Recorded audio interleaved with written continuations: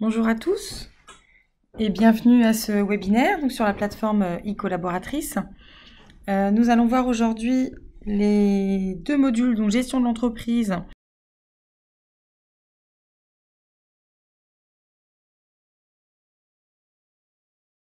ou le module paye, c'est-à-dire comment saisir ses variables de paye chaque mois pour transmission des éléments à votre gestionnaire de paye au cabinet pour qu'elle effectue ainsi les bulletins de salaire de vos salariés.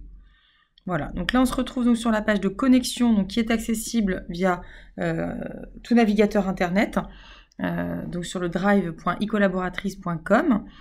Normalement vous avez dû recevoir donc, votre identifiant qui généralement est votre mail et vous avez pu donc configurer votre propre mot de passe. Voilà, si toutefois vous n'avez plus votre mot de passe, vous avez ici un onglet mot de passe oublié sur lequel vous pouvez cliquer. Vous recevrez alors à nouveau un nouveau lien de connexion pour vous connecter à la plateforme. Donc, quand vous vous connectez la première fois à votre entreprise, vous arrivez donc sur un tableau de bord qui est vierge.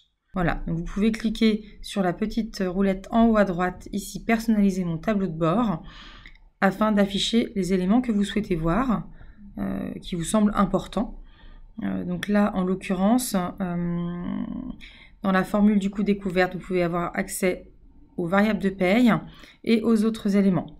Donc là, je les ai tous cochés, j'enregistre. Et ça vous permet voilà, de voir des éléments concernant votre entreprise. Donc là, du coup, on retrouve donc l'interface principale de e-collaboratrice. En haut à droite, vous allez retrouver donc votre nom, normalement, avec le nom de votre entreprise. En cliquant dessus, vous allez avoir un onglet « Modifier mon adresse mail ». Donc si demain vous changez d'adresse mail, vous pouvez le faire à cet endroit-là. Vous avez également un onglet « Profil ». Donc, sur lequel vous allez pouvoir paramétrer les notifications ou les mails que vous souhaitez recevoir en fonction des indications que l'on a sur la plateforme. Donc voilà, vous allez pouvoir cocher ou décocher ce que vous souhaitez avoir en notification ou en mail. C'est bien de le savoir parce que parfois, généralement, tout est coché. Et c'est vrai qu'on reçoit pas mal de mails ou de notifications si on ne fait pas ce petit paramétrage en amont. On retrouve également ici l'onglet gestion de l'entreprise.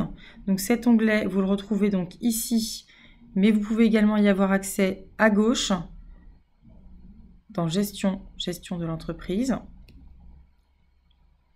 Voilà, donc ici vous allez retrouver les informations concernant votre entreprise, ici. Donc là, vous pouvez éditer ces informations, les modifier si vous le souhaitez. Vous retrouvez également la convention collective donc, de votre entreprise et donc toutes les informations qui y sont liées. On retrouve également la liste de vos salariés actuels.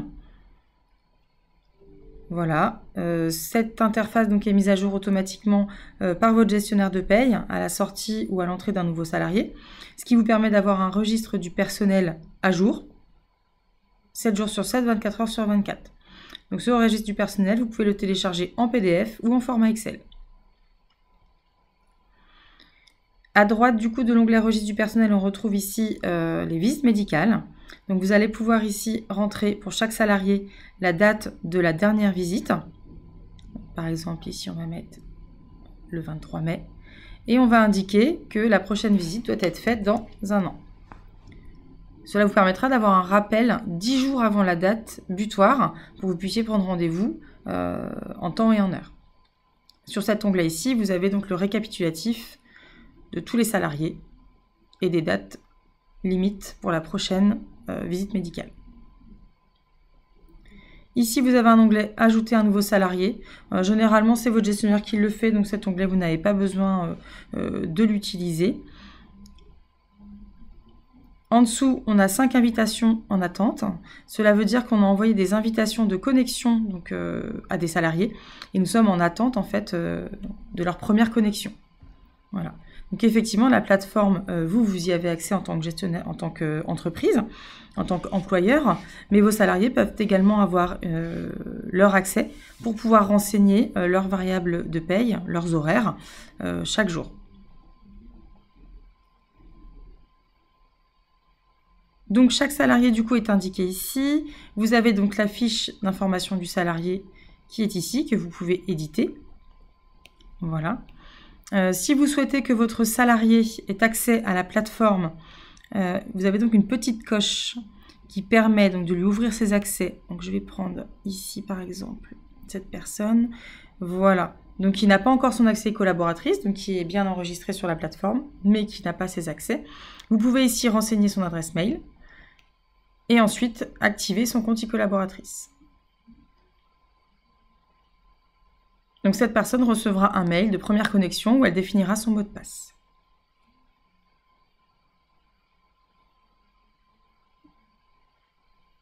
Voilà, ici vous avez un onglet responsable entreprise où on retrouve ici donc tous les responsables d'entreprise qui vont valider les variables de paye chaque mois. Les statuts peuvent être modifiés, vous pouvez avoir un superviseur et vous pouvez avoir également des responsables. Voilà, c'est ici du coup qu'on fait la modification. Le responsable peut avoir accès à tout ou partie de la plateforme, c'est vous qui décidez. Voilà pour cette interface. Généralement, vous n'avez pas besoin de venir sur cette partie-là. Elle est mise à jour automatiquement par le gestionnaire de paye.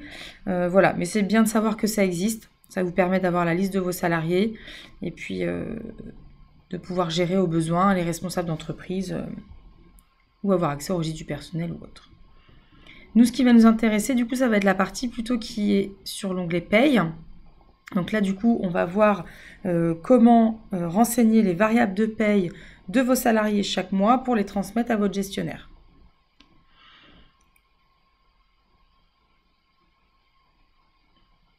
Donc dans l'onglet paye, feuille de pointage, on retrouve ici, donc là, nous sommes sur le mois de mai 2022. Vous retrouvez ici la liste de tous vos salariés. Vous avez également le mois en cours qui est sélectionné ici.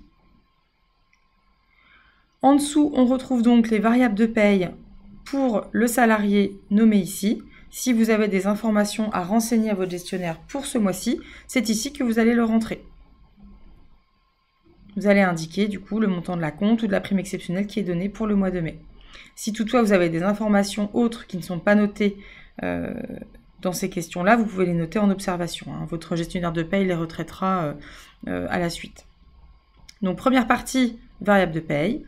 Deuxième partie, vous avez un onglet horaire, où là vous allez pouvoir rentrer les horaires de vos salariés directement, jour par jour, sur cette interface. Donc, chaque salarié de chaque entreprise a un planning bien défini, un planning qu'on appelle un planning type, que l'on peut paramétrer en amont. Donc ça vous évite effectivement généralement de modifier les horaires ou de supprimer des jours où cette personne ne travaille pas. Donc vous avez ici dans l'onglet paye à gauche un paramétrage semaine type. Ça c'est pareil, généralement on essaye de vous les pré-paramétrer en fait avant que vous preniez la main sur la plateforme. Mais si toutefois demain un des salariés change sa semaine type, il ne faut pas hésiter du coup à aller dans cet onglet, donc paramétrage de semaine type. Vous pouvez paramétrer une semaine type entreprise, donc ce qui va concerner finalement tous les salariés. Vous pouvez également paramétrer des semaines type salariés, donc par salarié. Voilà. Sur chaque onglet, vous avez en haut à droite ici des petites vidéos tutoriels qui peuvent vous aider dans l'utilisation des pages. Voilà, paramétrage de semaine type, je vais passer rapidement. Généralement, c'est pré-paramétré. Voilà, après vous avez la petite vidéo tuto ici qui peut vous aider, qui est assez facile. Mais voilà, si besoin, si vous devez mettre à jour, vous mettez à jour ici. Hop, et vous faites sauvegarder. Voilà. Du coup, ça prendra en compte la modification pour la semaine type de ce salarié en question. Voilà. Le paramétrage de semaine type, ça permet d'éviter de saisir en fait toutes les horaires. Les horaires sont déjà notés et il n'y a plus qu'à rentrer du coup les horaires qui sont réellement effectués au jour le jour. Voilà. Donc ici, donc, vous allez avoir les horaires. Donc, vous allez rentrer les horaires du coup qui sont faites ce jour-là. Si vous voulez ajouter une plage horaire, vous avez ici le petit plus qui vous permet d'ajouter cette plage horaire-ci. Si vous souhaitez la supprimer, vous avez la petite poubelle ici, vous pouvez la supprimer. Si toutefois, ce jour-là, par exemple, votre salarié est absent, vous allez pouvoir ici saisir du coup son absence. Donc, est-ce que c'est un congé? Est-ce que c'est un arrêt maladie? Donc là, on va mettre absence maladie vie privée. Voilà, et on va dire qu'il est absent toute la semaine. Donc, on va pouvoir ensuite dupliquer cette journée ici avec le petit bouton à droite. Le dupliquer du coup sur le reste de la semaine. Il est en arrêt maladie jusqu'au vendredi. Une fois que vous avez saisi ici, vous appliquez en bas et vous sauvegardez votre saisie.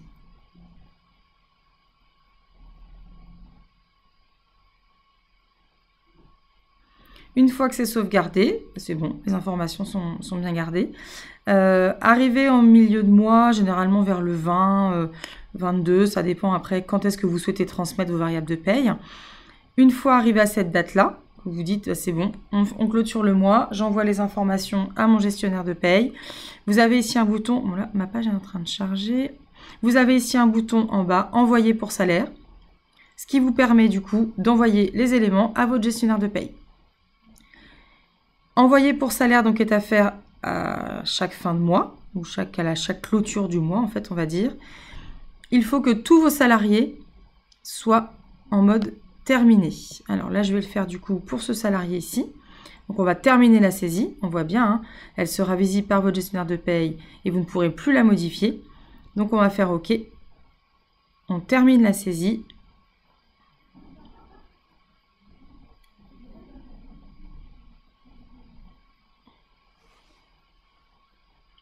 Ça prend un petit peu de temps. C'est parce que je suis en Wi-Fi, je pense.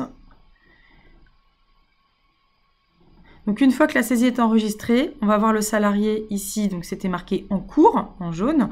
Nous allons passer en mode terminé en vert. Donc ensuite, vous allez faire ça donc, pour tous les salariés de votre entreprise. Vous allez aller sur chaque salarié, indiquer du coup les horaires et donc envoyer pour salaire pour chaque salarié. Une fois que le dernier salarié aura été envoyé pour salaire, votre gestionnaire de paye reçoit un fichier avec tous les éléments en fait, que vous avez indiqués pour ce mois-ci. C'est vraiment très très important de terminer la saisie pour tous les salariés. Voilà, il ne faut pas en laisser un en cours. Le fichier ne part pas en fait, si vous voulez, si tout n'est pas saisi directement. Bon, je vais actualiser ma page parce que je pense que... Hop, pourtant, ouais, accès internet, je regarde. Et voilà, c'est vraiment impératif de bien envoyer pour salaire pour tous les salariés à la clôture du mois. Très important. Une fois que vous avez clôturé donc tous vos salariés, effectivement, on vous dit bien que cette saisie est finie. Ah, voilà. On vous dit bien que cette saisie est finie.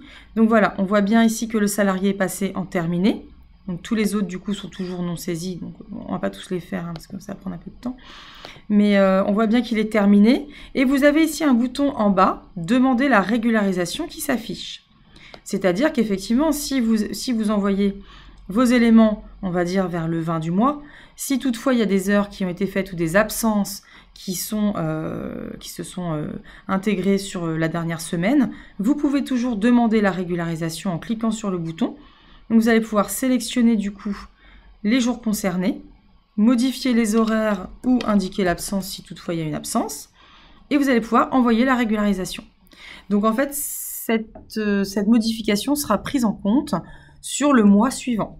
Donc vous avez toujours la main pour faire des modifications, même une fois que vous avez clôturé le mois, même si c'est arrivé au 20 du mois, les 10 jours suivants sont quand même pris en compte en faisant la demande de régularisation. Mais ça sera pris en compte sur le mois suivant, pas sur le bulletin de salaire qui sera édité ce mois-ci. Voilà. Donc voilà, principalement, c'est vraiment ici paye, feuille de pointage. Donc voilà, indiquer les horaires, indiquer les absences si toutefois il y a des absences, valider ses salariés. Et voilà. Et du coup, vous avez fait ce qu'il fallait pour le mois en cours. Alors après, effectivement, vos salariés, eux, peuvent avoir l'accès à cette plateforme, en tant que salariés, bien entendu, hein, ils n'ont pas accès aux mêmes informations que vous, mais ils peuvent avoir accès à cette plateforme. Ils peuvent mettre à jour leurs horaires, mettre à jour également leurs absences, et vous, derrière, vous pouvez toujours valider ce qui a été saisi de leur côté. Ça évite effectivement d'avoir des tableaux Excel, des feuilles volantes ou autres. Là, tout est centralisé sur la plateforme, et ça permet de voir aussi que tout le monde parle le même langage.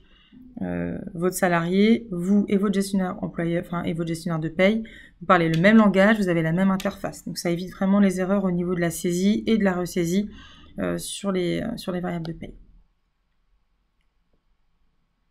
Voilà. Bon bah écoutez, si vous avez des questions, n'hésitez pas à envoyer un mail à service.communication@by-du6ec.fr ou aussi vous pouvez également contacter votre gestionnaire de paye au besoin.